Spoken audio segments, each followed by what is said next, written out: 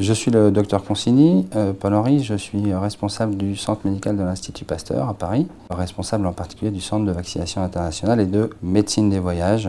Quelle est la trousse de pharmacie type pour un voyage? On peut considérer qu'il existe une trousse à pharmacie de base pour tous les voyages, qui est relativement simple et qui finalement ne sera pas beaucoup plus compliquée que celle que vous utilisez pour aller en vacances n'importe où en France.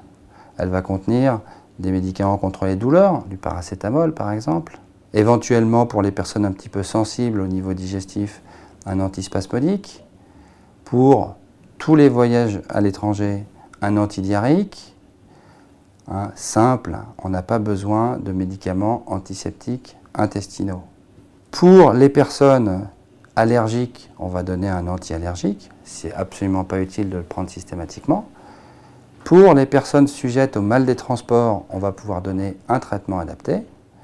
Et puis c'est tout pour les comprimés. La question fréquente sur les antibiotiques n'est pas souvent pertinente. N'a besoin d'antibiotiques que le voyageur qui va partir sans avoir la possibilité sur place de prendre un avis médical et qui devra obligatoirement faire de l'automédication. Les antibiotiques ne se prennent pas n'importe comment, et comme dit un slogan célèbre, ils ne sont absolument pas automatiques. On va déterminer éventuellement l'intérêt d'en prendre selon les conditions de séjour et la durée de séjour. Plus le séjour sera dans des conditions précaires et plus la durée sera longue, plus on pourra discuter de le donner. Ce n'est pas systématique. Voilà pour les médicaments. Le reste, c'est des choses simples.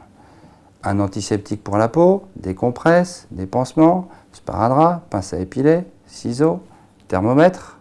C'est quand même la seule façon objective de savoir si on a de la fièvre.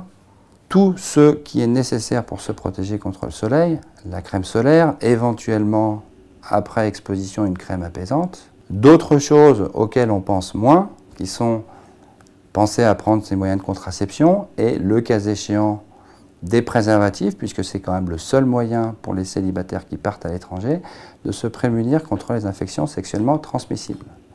Et voilà, ne nous faisons pas une idée d'une trousse à pharmacie énorme, c'est inutile. Il faut penser à mettre des vêtements, du linge, etc. dans la valise et pas que des médicaments.